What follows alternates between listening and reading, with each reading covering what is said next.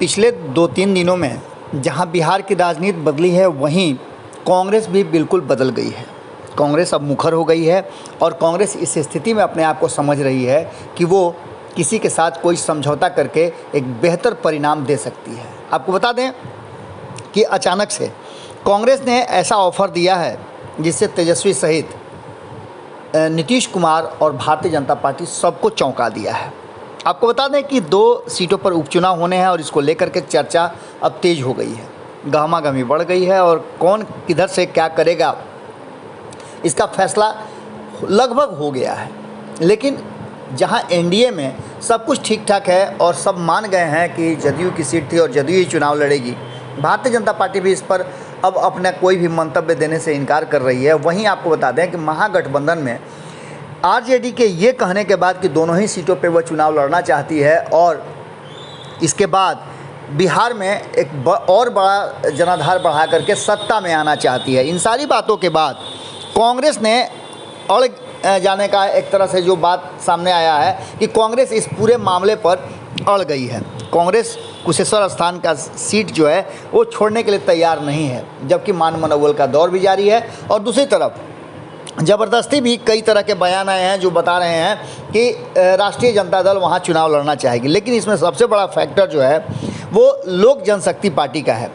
कुशेश्वर स्थान और तारापुर में चुनाव को लेकर के जहाँ दोनों जगह एलजेपी फैक्टर पूरी तरह से काम कर रहा है, वहीं एलजेपी के भीतर चल रहे विवाद को समाप्त करने का भी कुछ न कुछ रास्ता नज़र आ रहा है, क्योंकि अचानक से दोनों ही चाचा और भतीजा एक दूसरे के करीब आने लगे हैं। हमने खबरों के माध्यम से आपको बताया था।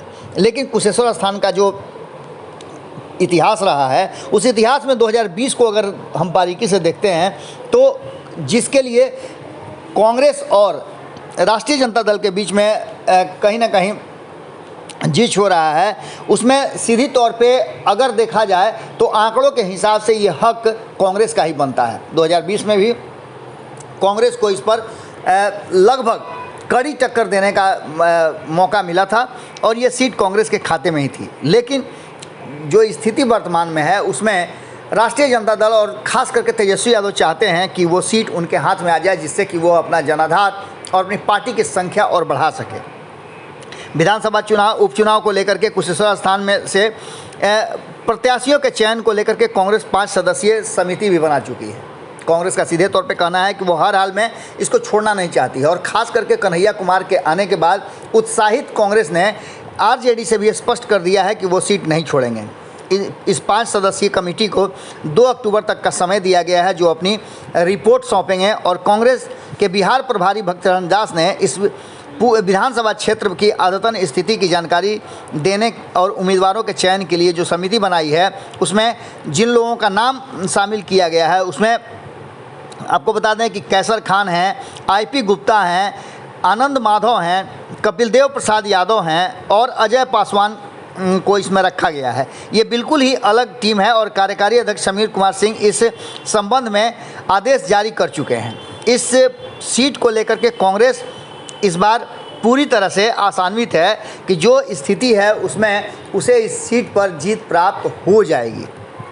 इतना ही नहीं, उसने सीधी तौर पे ऑफ़र दे दिया है कि अगर लोक जनशक्ति पार्टी चिराग गुट के चिराग पासवान कांग्रेस के साथ आते हैं तो ये जीत और ज़्यादा बड़ी हो जाएगी। एक तरफ जहां जीत का दावा कर रही है कांग्रेस, वहीं दूसरी तरफ चिराग पासवान को ऑफ़र दे करके भारतीय जनता पार्टी सहित आरजेडी को भी उसने कहीं ना कहीं चौंकाया है।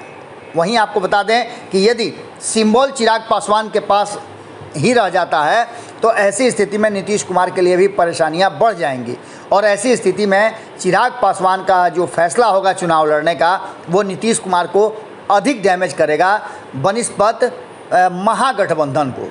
अब देखना होगा कि कांग्रेस के इस ऑफर के बाद क्या कुछ राजनीतिक उथल पुथल मचती है और क्या होता है। लेकिन इतना तो तय नज़र आ रहा है कि कांग्रेस ने एक बड़ी पहल कर दी है और कांग्रेस पूरी तरह से एक्टिव नज़र आ रही है।